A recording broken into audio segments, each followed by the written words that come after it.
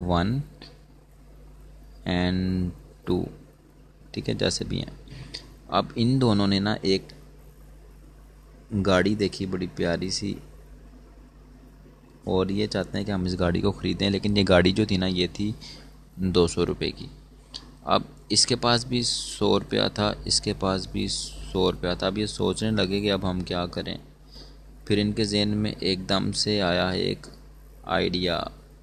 क्या है कि इसने इसको कहा, भाई जान मेरी बात सुनो, we will share 100 rupees and we will buy this car and we will be playing with it together.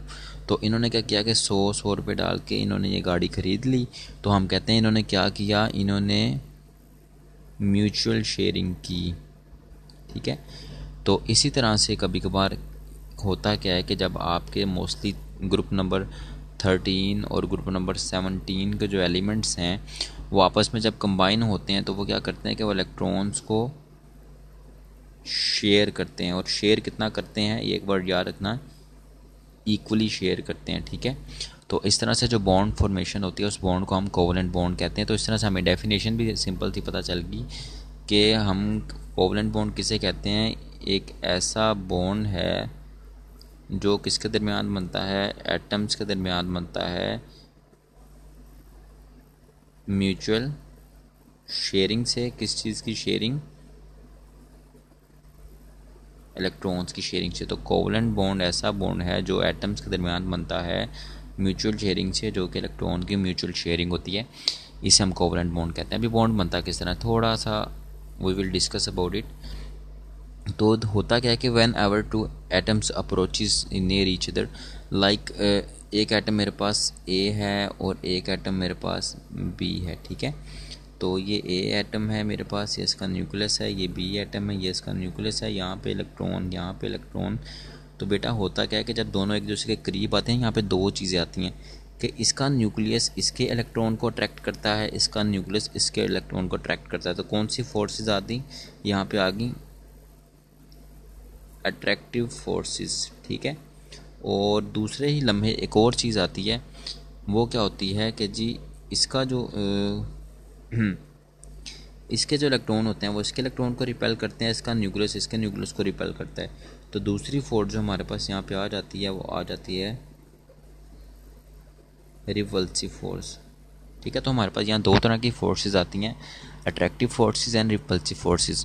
फिर होता है कि जब ये करीब करीब आते रहते हैं एक स्पेसिफिक पॉइंट, ऐसा पॉइंट आता है जहाँ पे जो अट्रैक्टिव फोर्सेस होती हैं वो डोमिनेंट हो जाती हैं रिपल्सिव फोर्सेस पे, ठीक है। तो जब अट्रैक्टिव फोर्सेस एक स्पेसिफिक डिस्टेंस पे आके रिपल्सिव फोर्सेस पे डोमिनेंट हो जाती हैं, उस वक्त जो आपका बॉन्ड है वो बन जाता है, ठीक है। तो मेन ये प्रोसेस चल रहा होता है, ठीक है आपका। ये तो सी सिंपल बेसिक चीज़ें हैं इसकी, ठीक है।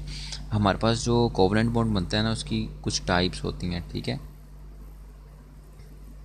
ये टाइप्स डिपेंड करती हैं कि कितने इलेक्ट्रॉन शेयर किए हैं, ठीक है।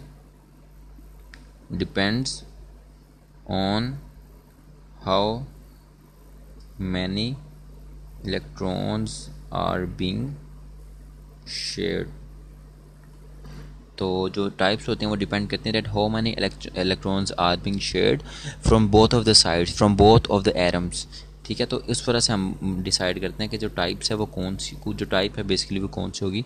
तो नंबर 1 आती है हमारे पास सिंगल कोवलेंट बॉन्ड, नंबर 2 पे आता है हमारे पास डबल कोवलेंट बॉन्ड, और नंबर 3 पे आता है हमारे पास ट्रिपल कोवलेंट बॉन्ड। तो अब हम देखते हैं कि सिंगल कोवलेंट बॉन्ड क्या होता है, डबल कोवलेंट बॉन्ड क्या होता है और ट्रिपल कोवलेंट बॉन्ड क्या होता है। तो देखो मैं आपको सिंपल एग्जांपल देता हूँ पहले किसकी, सिंगल कोवलेंट बॉन्ड की। देखो मेरे पास हाइड्रोजन का एक एटम है, ठीक है, ये हाइड्रोजन का एटम है, ये इसका न्यूक्लियस है और इसका आटोमोट शेल में एक इलेक्ट्रॉन है। ये भी हाइड्रोजन है, इसका न्यूक्लियस है, इसका आटोमोट शेल में एक इलेक्ट्रॉन है। अब होता क्या कि इसको अपने आप को स्टेबल करने के लिए इसके आटोमोट शेल में कितने इलेक्ट्रॉन होने चाहिए, 2 इलेक्ट्रॉन होने चाहिए। तो क्या होता है कि एक इलेक्ट्रॉन ये शेयर करता है, एक इलेक्ट्रॉन ये शेयर करता है, ठीक है। दोनों अपना एक एक इलेक्ट्रॉन शेयर कर देते हैं। तो होता क्या है कि एक इलेक्ट्रॉन इसका था, एक इलेक्ट्रॉन इसका था, इन्होंने अपना एक एक इलेक्ट्रॉन शेयर कर लिया, 2 इसके हो गए, 2 इसके हो गए, ठीक है। इसको कहते हैं म्यूचुअल शेयरिंग। तो अब देखो इस तरह से अगर दोनों एटम एक और एक इलेक्ट्रॉन शेयर करेंगे तो इस तरह से जो बॉन्ड बनता है उसे हम कहते हैं single covalent bond. The kind of covalent bond in which the only one electron is shared from each atom, ठीक है, दो एटम है ना, दोनों में से हर एटम ने एक एक इलेक्ट्रॉन शेयर किया, इसलिए इस तरह के हम कोवलेंट बॉन्ड को कहते हैं सिंगल कोवलेंट बॉन्ड। और उसके बाद इसकी एग्जांपल जो थी आपको मैंने बता दिया। इसके अलावा आपकी बुक में मीथेन की लिखी होगी CH4 की, ठीक है। तो ये था आपका सिंगल कोवलेंट बॉन्ड। फिर नेक्स्ट हमारे पास एग्जांपल आती है, हमारे पास दूसरी टाइप आती है डबल कोवलेंट बॉन्ड। तो ये आप मुझे खुद ही बता सकते हो कि ऐसा कोवलेंट बॉन्ड की वो टाइप्स जिसमें जो हर एक एटम है वो कितने इलेक्ट्रॉन शेयर करता है, हर एक एटम जो है वो दो दो इलेक्ट्रॉन शेयर करता है, यानी कि दो वो और दो वो। जैसे अगर मैं आपको सिंपल सी एग्जांपल दूं तो बच्चे मेरे पास सपोज करो कि क्या थी, मेरे पास ऑक्सीजन थी। ऑक्सीजन के ऑटोमोशल में 1 2 3 4 5 6 थे। यहाँ पे भी ऑक्सीजन थी, इसके पास 1 2 3 4 5 6 थे। इसको होने कितने चाहिए, ऑटोमोशल में 8 होने चाहिए। इसके पास भी 2 की कमी है, इसके पास भी 2 की कमी है, ओवरऑल 2 की कमी है। तो क्या करेगा, 2 इलेक्ट्रॉन ये शेयर करेगा, 2 इलेक्ट्रॉन इन्होंने क्या कर लिया, म्यूचुअल शेयरिंग कर ली, ठीक है। तो अब इसके भी 8 पूरे हो गए और इसके भी 8 पूरे हो गए। तो हम कहते हैं कि अब देखो ऑक्सीजन और ऑक्सीजन ने 2 इलेक्ट्रॉन शेयर किए, ये 2 ये और ये 2 ये। तो जो अगर दोनों एटम्स 2 2 इलेक्ट्रॉन शेयर करें तो इस तरह से जो कोवलेंट बॉन्ड बनता है उसे हम कहते हैं डबल कोवलेंट बॉन्ड कहते हैं, ठीक है। इसके अलावा आपकी बुक में इथीन की एग्जांपल दी होगी C2H4 की, ठीक है, C2H4 इसे बोलते हैं इथीन, या आप 10th में जाके और डिटेल में पढ़ोगे। इसमें होता है कि देखो एक कार्बन, 2 कार्बन और हाइड्रोजन कितनी है, 4 हैं। तो यहाँ पे होगी 1 2 3 4। तो ये हाइड्रोजन, ये हाइड्रोजन, ये हाइड्रोजन, ये हाइड्रोजन। तो देखो हम देखते हैं कार्बन के पास कितने इलेक्ट्रॉन हैं, ठीक है। तो देखो यहाँ पे आ जाएगा 1 2 और 3 और 4, क्योंकि कार्बन 4 बॉन्ड बनाती है और ऑटोमोशल में 4 इलेक्ट्रॉन्स होते हैं। और इसके पास कितने हैं, 1 2, सॉरी कार्बन के देख लेते हैं, मैं हाइड्रोजन के ऐड कर दें, 1, ठीक है, 2 3 और 4। तो अब ओवरऑल अगर हम इलेक्ट्रॉन्स देखें तो कितने हो गए, कार्बन के पास 2 2 4 और 2 6। इस कार्बन के पास भी 2 2 4 और 2 6। इस कार्बन के पास भी 6 हैं, इस कार्बन के पास भी 6 हैं। इसको भी कितने करने हैं, 8 करने हैं, इसको भी कितने करने हैं, 8 करने हैं। तो होगा क्या कि ये जो कार्बन है, एक ये कार्बन और एक ये कार्बन, इनके पास दो दो, जो अपने ऑटोमोशल में दो दो जो इलेक्ट्रॉन हैं, ये दोनों कार्बन जो हैं वो दो दो इलेक्ट्रॉन शेयर करती हैं, 2 ये और 2 ये, ठीक है।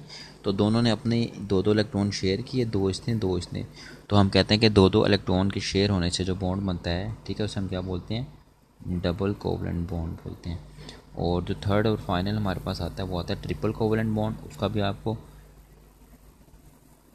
ट्रिपल कोवलेंट बॉन्ड का भी आपको नाम से ही समझ आ जाएगी। सपोज मेरे पास है नाइट्रोजन, ठीक है, नाइट्रोजन के ऑटोमोशल में कितने इलेक्ट्रॉन होते हैं, 2 और 5 होते हैं, ठीक है। ये देखो मेरे पास आ गया 1 2 3 4 5। फिर एक और नाइट्रोजन है, इसके ऑटोमोशल में कितने हैं, 1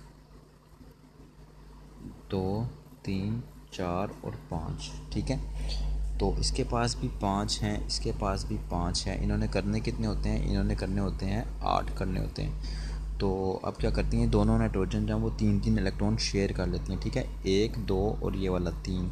तो कितने आपको बॉन्ड नज़र आ रहे हैं, 3, ठीक है।